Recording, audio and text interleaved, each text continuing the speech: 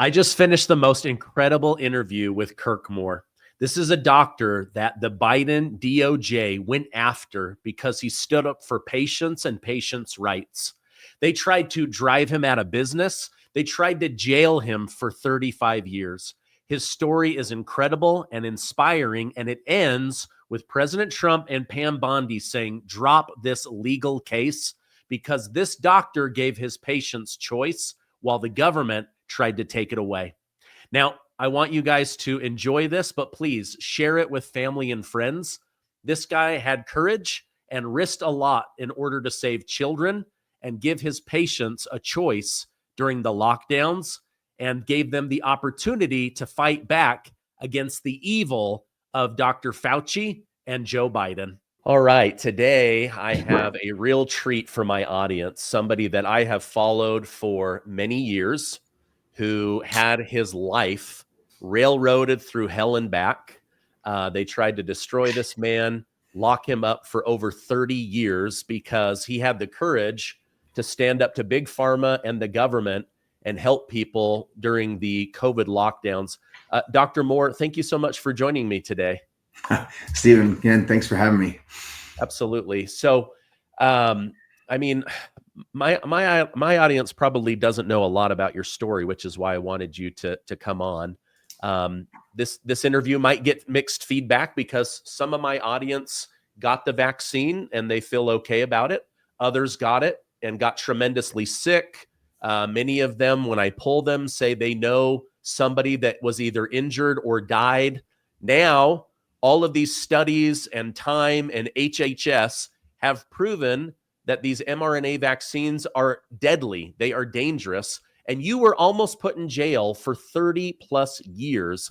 Help my audience understand what is your story and why did they try to jail you for decades? Well, my story started in, look, I'm vaccine skeptical. Okay, just from the get-go, I got vaccine injured from a hepatitis B vaccine in 1989 when I started medical school. So I haven't had any vaccines since. My kids are only partially vaccinated into the early 2000s. So I'm just one of these people that just kind of looks at things and I'm skeptical of them. I didn't recommend anybody getting vaccines. And, so when COVID comes around in 2020, I'm just like anybody else. I think the majority of people out there kind of going, what is this? It looks dangerous. You see all the stories, you see the incinerators kind of going 24/7 with the satellite shots from China, the Wuhan lockdown, shutting down 14 million people, not letting anybody and seeing empty streets in the city of 14 million people.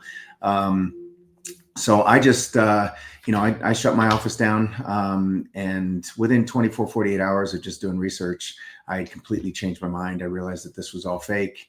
And I started treating people. I found Dr. Vladimir Zelenko. I found FLCCC. I found America's Frontline Doctors, Pierre Corey, Paul Merrick, Peter McCullough. And so I just started treating people. I, just restudied microbiology. It had been 40 years since I had any microbiology, or 30 years. And so I just, just started treating people. That was the first flag to me, which was, look, there's no treatment for this. I mean, it's flu-like symptoms. We as physicians don't treat people. You don't just send people out the door and then tell them, hey, when you're, halfway dead, then call an ambulance and we'll then take care of you. So I just started looking for treatments. Second thing that really kind of threw me was, that every single country in the world was doing the exact same thing. It was kind of like, we can't agree on whether we want, baked potatoes or sweet potatoes for Thanksgiving dinner when you've got 20 people there for, Thanksgiving feasts. And yet we have 206 countries that are as diverse as you can get, but everybody is doing the exact same thing with the exact same product, pulling ivermectin and hydroxychloroquine off the shelves, even when it's over the counter. So I just, that, raised the second flag for me. And then the third one, when, again, being vaccine skeptical, when you hear about nobody's going to get back to normal until we get a shot in everybody's arm, over over a vaccine, or in treatment of a virus that has been with humanity since the dawn of time. We haven't been able to get a vaccine for cancer in 100 years. We haven't been able to get a vaccine for AIDS in 40 years. And now in less than 9 months, we're going to have a vaccine for the common cold. So it just, with a new technology that all the animals had died in the 4 or 5 studies that I had access to at the time, which I no longer have access to, by the way. So I just, super skeptical, but I was willing to kind of just hang out, stay on the sidelines, tell people not get it, continue to treat people, and just do my thing. Then when they started mandating it, and kids needed it to go to college, they were keeping people from going in and seeing their loved ones without a vaccine. You couldn't go to the hospital. You couldn't see your, elderly, parents or grandparents at nursing homes. You couldn't get you couldn't stay in the military. IT guys that were 2,000 miles away from a government job, had to be vaccinated just to, get on a computer screen, just to, kind of, keep their employment. Military people getting tossed out. And then the worst thing to me was people getting taken off the transplant list. So I had probably half a dozen patients that came to me that, were getting taken off the transplant list. So what I did was I opened up a vaccine clinic in the spring of 2021. I gave out COVID cards to people that, didn't want the COVID shot. And I gave saline shots to the kids with their parents, permission and request, so that they felt that they'd been vaccinated and could take a card to school. Yeah. So let me go back through that. So where I became skeptical, because we honored the 15 days to slow the virus that the government came out with. I remember reading models that 20 million people are going to die in 90 days. My wife and I were like, okay, I'll go get groceries. I'll wear the mask. Our kids won't. So we took it very serious. The thing that was eye-opening to me is I was like, okay, how come all these homeless people aren't dying of COVID? Right. That was the big one for me. I was like, shouldn't a bunch of homeless, like every day they should be reporting New York City streets full of dead homeless people. And I was like, that's just not happening, Right. And then all this hysteria started whipping up. But you and I are in Utah. We reopened the next month. We reopened in May. Yeah. April 26th or something like that. Yeah. Yeah. And so Utah experienced this lockdown extremely different compared to like California or New York. I went out to California for a business trip, and I saw people wearing double masks, walking their dog by themselves. And I was like, dude, I feel like I'm in a foreign country. I was just there a couple of months ago, and half the employees in the grocery store that I went to were still wearing masks. Oh my gosh. So now it's just mental illness at this point, right? Exactly. So, one thing for me was like, okay, this mask is going to save my life. But then someone would fart in my presence and I could smell it. And I'd be like, how's this getting through the mask? Right. And like you said off air, these masks are about as good as putting up a chain link fence to keep out mosquitoes. Right. I think most people now know we were lied to about the masks. We were lied to about the 6 feet of distance, so many other lies. So specifically when it comes to this lawsuit that was brought against you, a doctor swears that they will first do no harm, that their duty is to their patient. But then medicine got all kinds of mixed up, and they start saying, no, you've got to, you can't give somebody the medicine that actually treats the situation. The only way out of this is through Pfizer. The only way out of this is the government-owned Moderna. And that became very suspicious to me. So was this something where somebody came to you and said, hey, would you mind signing off, but then I will consent to a saline shot so I can say that I got a shot? Or was this something that you came up? How did this idea come up?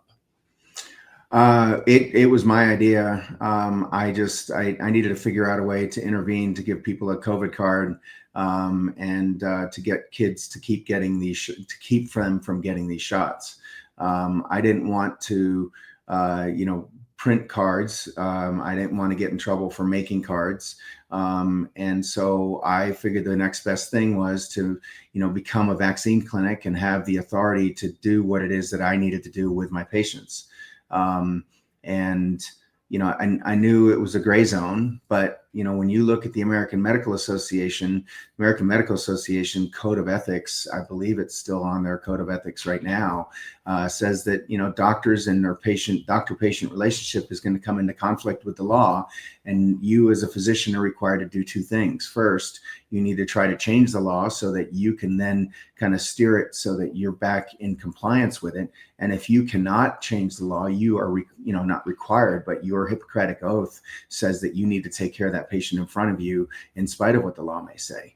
So I thought I was on very solid ethical, moral grounds, and I didn't think that I was violating any laws. There were no laws. That's the thing that people need to understand, that, there were never any COVID laws passed in this country. The CDC has no, legislative capability. They don't pass laws. They pass recommendations. They're an advisory agency only. But what's happened over the last 40 years and 50 years or 70 years, I think it was established in 1946. So, it's 75 years, but the health departments, they have 64 jurisdictions. These health departments have decided that, whatever the CDC says is more or less considered law. So they just, whatever recommendations come down, they just accept it and say, oh, okay, well, we need to implement this. Well, that's not how the CDC was first established. But it's kind of morphed into that situation. The reality, Stephen, is the only actual laws that were broken were the HIPAA laws. And so a church or a gym or a grocery store or a cab driver or school or anybody asking for you to disclose your private medical information is a federal violation. And that's the real law that was broken here. I just don't see the federal government and the FBI and the DOJ going after all of these people for violating those federal laws because they felt that it was all in the public interest and, in the interest of public health. Okay. Interesting. I'm sure you've given this thought, so I just want to get your opinion, but, Bill Gates magically figures out that this German company, BioNTech, is the next big thing. They happen to team up with Pfizer and get permission from the government to put out these 9-month-old vaccine therapies that weren't even vaccines. They had to literally change the definition. Anyway, a couple years later, he sells his stock, makes hundreds of millions of dollars, and then says, well, I guess they didn't really work. And that's just so suspicious. It's also like, it seems criminal to me. He was literally shaming and humiliating people day in and day out on TV, and then is like, man, I guess they didn't work, but at least I made hundreds of millions of dollars. Right. Well, he bought that in 2019 too. So he bought it before COVID even started. So, that's all part of this whole conspiracy thing. Event 201, which was a tabletop event that happened in October of 2001 at Johns Hopkins University, along with many of the players that were involved in the whole COVID lockdown and the whole COVID response and everything else that we did, talked about a coronavirus pandemic and how they were going to treat it. And that was the template that they used. Okay. We have to shut people down. We have to censor them. We have to, we have to keep people from telling the truth. We have to keep people from having a treatment option, because then we can launch the EUA. And then once the EUA is launched, then we can get vaccines out there. We know that psychologically, it's been shown with experiment over experiment that if you get somebody to believe you and you get somebody scared enough to do the first thing that you want them to do, which is wear a mask, or if you go back maybe even a step further, to not seek any treatment. So if you don't seek treatment, 92% of those people then will wear a mask. And then subsequent to that, then those people, a large percentage of those people will then go to the next step, which is the 6-foot distancing. And then the next step is, about 50% of people or more will then go and get the COVID shot because they've been scared into this from just the propaganda that's out there. That's all this is. It's a playbook that they've put out year after year, decade after decade, and it started in the late 1700s with the smallpox vaccine. If you're 64 or older You need to hear this. Between Medicare scams, corrupt agents, and bloated insurance companies, it's too easy to make costly Medicare mistakes. That's why I've partnered with Chapter, a trusted Medicare team that's helping seniors fight back. They were founded by folks who watched their own parents get misled and decided enough was enough. Chapter is different. They actually listen. They search every plan nationwide to find the one that saves you the most, not the one that makes them the most. People are relieved when they talk to Chapter. Kathleen said Chapter not only explained everything, unlike several other agents, but also saved her hundreds. Jane's saving more than $1,000 a year by switching her Medicare supplement plan. Lower price, same coverage. They're honest, they don't pressure you, and their help is completely free. So if you're turning 65 soon or already on Medicare, don't let the system take advantage of you. Call Chapter today at 435-288-0593. Most people say they wish they had called them sooner. Okay. What do you make of RFK Jr. removing 22 mRNA shots that were in a pipeline to be approved and canceling $500 million in funding, saying this is a waste of American tax dollars? All the mRNA data out there shows that this technology isn't as useful and is in fact dangerous. Your take on that?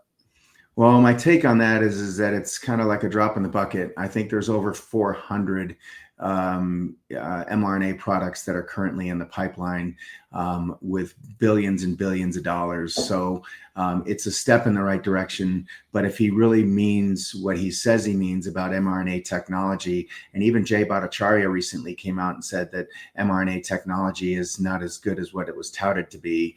Deborah Birx wrote in her book that, all of this was based on hope. It wasn't based on science. So, you have to take these people at their word, but they really need to follow through on what it is that they're doing. So if Jay Bhattacharya and RFK believe that mRNA technology is kind of not for prime time, then they need to take them all off the market. There isn't one study out there that shows that any of the mRNA products are safe and effective. So why aren't they taking them all off the market and study them just like he promised he was going to do? Okay. There was a Dr. Gottlieb under the Trump administration during the lockdowns.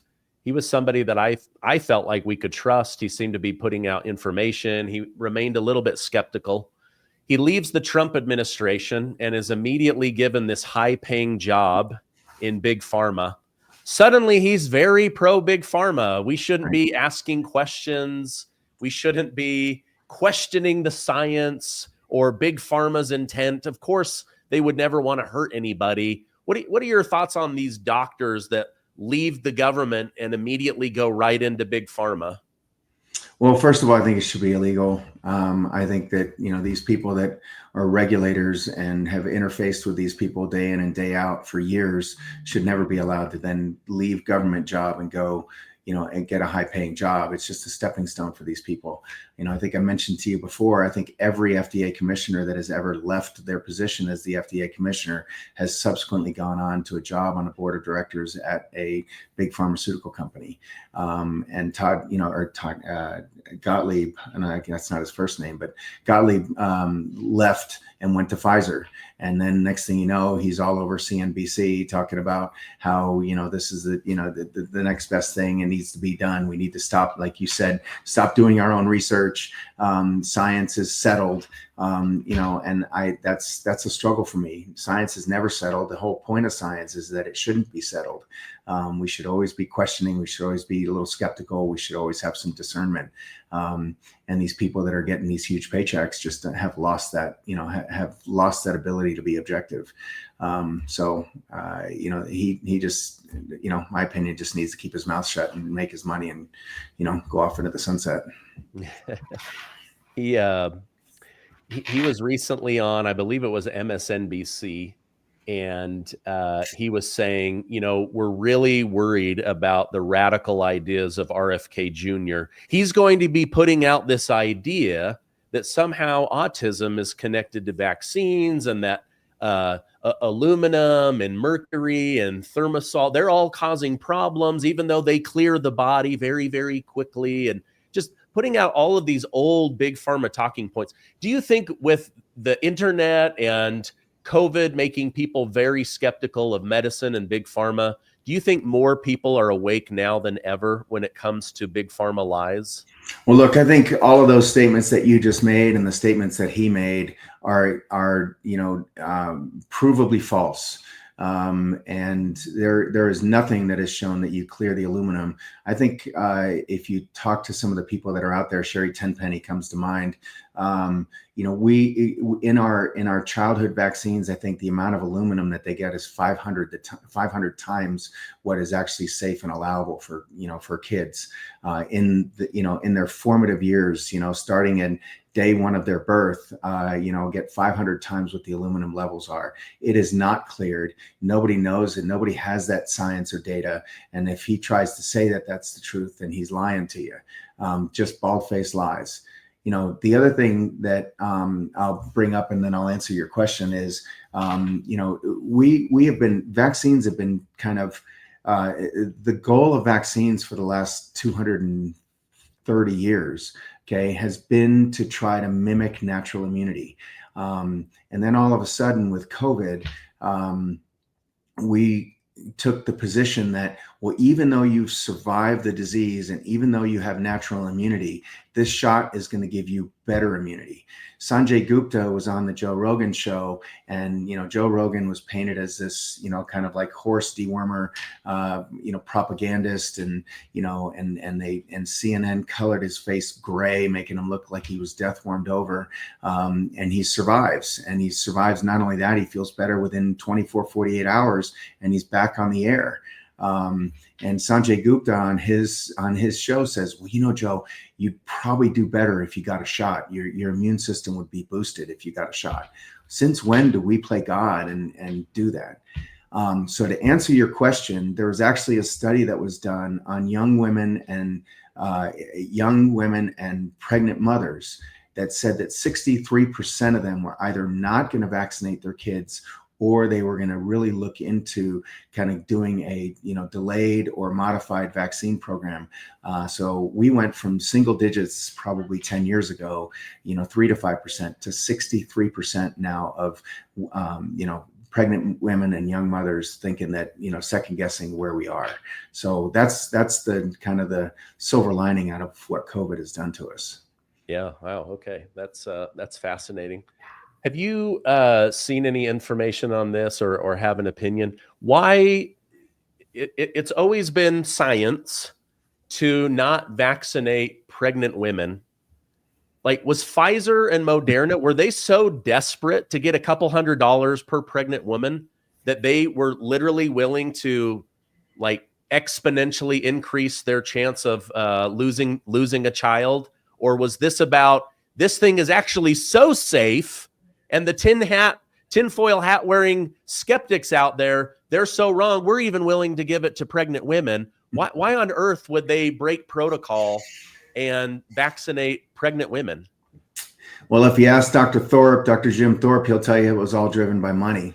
The American College of Obstetrics and Gynecology got, I might have the number wrong, $8 billion from the federal government and or from Pfizer to recommend these shots for women, in spite of the fact that in the study that Pfizer did, they excluded pregnant women, and they recommended that women do not get pregnant. Essentially, they said, don't have sex during the time that you're being studied, because we don't know what it's going to do to these kids. The data shows that in the 40,000 people that were in that study, I want to say 82% of those women of the pregnant women ended up having a miscarriage or a stillbirth. So the data proves completely the opposite, and yet it was all driven by money. It was all driven by control. Again, pharma owns everything, man. They own the schools, they own the education, they own the journals, they own the medical associations, they own the AMA, they own our politicians, they own the media. And you said it yourself. I'm sorry if I'm calling you out, but you said that they even offered you money Yeah. you know, for you to recommend the vaccine to people, even though they said, well, you don't need to get it. We just want you to recommend it for people. It's all about money. It's all about control. You know, some people think that it's all part of the depopulation agenda. The two most common organs that the lipid nanoparticle and the you know, mRNA shot go is target the ovaries and the testes. So you know, the incidents, Michelle Spencer just filed a lawsuit against the hospital that she worked in Fresno, California, where they went from typically 1 to 2 stillbirths, you know, a month to 1 to 2 a day. You know, after the COVID vaccines were launched and they were mandated in California. So you know, that's a 30x increase in the number of, you know, in the number of you know, stillbirths and miscarriages. That's insane. Yeah. Okay. That answered my question. Yes. Pfizer offered me $30,000 for a 60-second commercial. I told them, I'm not getting the vaccine. I don't believe in this. I'm not a doctor. I'm not going to tell my people. And they said, well, you just have to tell them to get it. You don't have to tell them that you got it. And I was like, no way. I am not doing that. Okay. So you just answered my question then, Dr. Moore, because I kept thinking, how many pregnant women could there be at $100 a shot that would make it worth risking your reputation? But if they hand a $9 billion over, they go, oh my gosh, we could vaccinate pregnant women for the next 1,000 years and not make $9 billion. So that actually answered my question. It right. Really, we have to, I mean, and again, the numbers might be wrong. You know, the first number that popped to my head was that 8 billion, you know, but, you know, Jim Thorpe would be somebody that knows all that. He and his wife, Maggie, have pulled across those numbers. And I believe they're, you know, they've gotten those numbers from, you know, publicly available information and have posted articles about it. So, you know, don't take me at that absolute number, but I know that it was money. It was a significant amount of money, and that's what all of them are. Look, oncologists make money based upon who they, you know, what chemotherapy they prescribe to their patients. Pediatricians now make money based upon the number of kids that get vaccinated and the higher the percentage of your kids that are vaccinated in their clinics. So if you have a kid that, you know, it's out there. Okay. Candace Owens has a sister who vaccinated her kid. And he ended up getting, you know, he's on the autism like spectrum. So when she had her second baby, she decided not to vaccinate that baby. And her pediatrician kicked her out of the practice. So even though they were willing to take care of the other kid that had been vaccinated and been vaccine injured, when she decided not to vaccinate the other ones, they said, well, I'm sorry, we can't take care of that baby or your other baby either now. So it's all about money. And, you know, it's absolutely all about money and control. Wow. I remember hearing about clinics where it's like, I guess we can keep you, but you're going to have to come through the back door.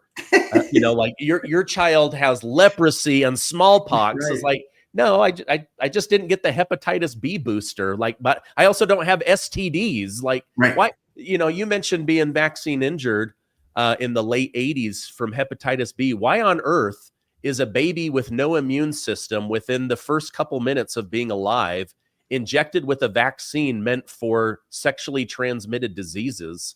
Right. Makes no sense. Right. Or IV drug abusers, right? IV drug abusers and sexually transmitted diseases. It doesn't make any sense. The only sense it makes is money.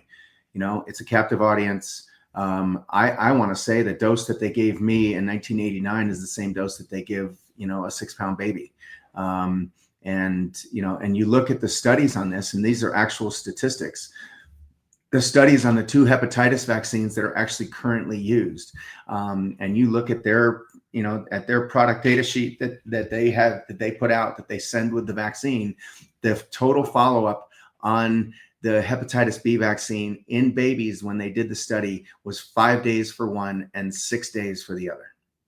5 days. Okay. Wow. So you give a baby a shot, you follow them for 5 days, you say, oh, nothing happened, they're fine. And by the way, they didn't do it with a placebo control either. But regardless, you know, following somebody for 5 days gives you absolutely zero evidence of, you know, of what it is that, what it is that it potentially could cause. Wow. So, geez, that's shorter than the rats they were given the Pfizer shot to before they killed them, you know, like, oh, we don't need to track these longer than a couple of days, you know, right. Geez. Right. I don't think most people understand how little science goes into the actual trials when you don't have liability, right? Like if these guys had to put out a good product because they were going to get sued, everything would change. And I think that's what RFK Jr. is pushing towards, is like, okay, if you want a vaccine program, then put your money where your mouth is and be willing to be sued like every other drug that is out there. Who knows if that will actually. Well, that's the 1986 Act. That's the reason why he did it. That's the reason why that act got passed, was because the pharmaceutical companies were threatening that they weren't going to be able to make their products anymore. And actually, in the 1986 National Vaccine, Childhood Injury or Childhood Vaccination Act, it uses the term that vaccines are unavoidably unsafe. And so, that wording, that phrase is in that, in the act. So unavoidably unsafe, they lose their immunity. And then by the late 80s, early 90s, we went from 3 vaccines to like 20 something. And now I think there's at least 72. And depending on how many COVID shots you get, it can be well in excess of 100. Wow. Unbelievable. All right. Final question, Dr. Moore. I appreciate you coming on. So you're working, you didn't lose your license. What was your reaction when you got the news that Pam Bondi had decided to drop this crazy suit against you? It was an absolute surreal experience, Stephen. I went from wondering whether I was going to have to testify and coming together with a kind of a strategy for our defense, whether I was going to testify, what witnesses we were going to bring, et cetera. Getting up at 4 o'clock in the morning and kind of going over the previous day's kind of testimony, having a scheduled meeting with my attorney at 2 o'clock that afternoon to kind of go over potential testimony and those kinds of things. And she calls me at 8:35. And I'm wondering, okay, are we moving my visit? Is there something else? I mean, and so she tells me, she says, hey, what are you doing? And I'm like, I'm just sitting out here on my deck going through my notes. And she said, well, put your phone on speaker. I got something to tell you. And so I put my phone on speaker. My mom was there. My son was still asleep. And she says, Kirk, the DOJ has told the prosecutors that they are going to drop your case. You are a free man. I collapsed on the floor. I was crying. My mom was crying. My mom went down, and she leaves the phone to me, and I'm still sitting there on the table. And I'm talking to her, and she's kind of like, until we get a formalized announcement, let's not say anything. I still haven't talked to, the other attorneys. I still haven't gotten a hold of, the attorney for my co-defendant, Chris. So let's just kind of keep it on the down low for a few minutes until we hear something. My mom had gone downstairs to get my son and told him, and he's walking up the steps and he's already texting into his phone. And so by the time he came over to me, which was probably, I don't know, maybe a minute and a half or 2 minutes, he'd already put it out on social media, and Jason Preston had already picked it up. And I think like by the time I hung up the phone, he already had a short video posted about how the DOJ was dropping my case. I said, Kathy, I think it's a little too late for that. Yeah. But the relief, the surreal experience. I mean, I went from facing 35 years in jail on Friday, July 11th, to being in Attorney General Pam Bondi's office, shaking hands, giving her a hug with Marjorie Taylor Greene and Mike Lee that following Wednesday. So, the change in the direction of my life was astounding and just a total 180. So it was absolutely fabulous. Oh man, that is amazing. Well, thank you for having courage. I was fortunate to have a doctor not connected to a hospital system that told me, based off your history, I don't think you should get this vaccine. And I'm grateful that she recommended that. If people want to follow you online, how do they do that? So I'm on X at Moore 22K, kind of a weird designation because I got canceled. So that's my 3rd or 4th iteration of an X account. And I'm on Instagram at Dr. Kirk Moore, Facebook at Dr. Kirk Moore. Again, had to renew that. It took a couple of months for Facebook to actually allow me back on. And we have a Give, Send, Go for our legal defense fund. If anybody would we really appreciate any donations that anybody could afford. GiveSendGo/fight4more, the number 4, and then last name Moore. So FIGHT 4 and then MOORE. We'd appreciate it. Thank you. Great. Well, thank you for taking time out of your practice today to share your story. I hope you have a great rest of your day. Okay, Stephen, thank you for having me.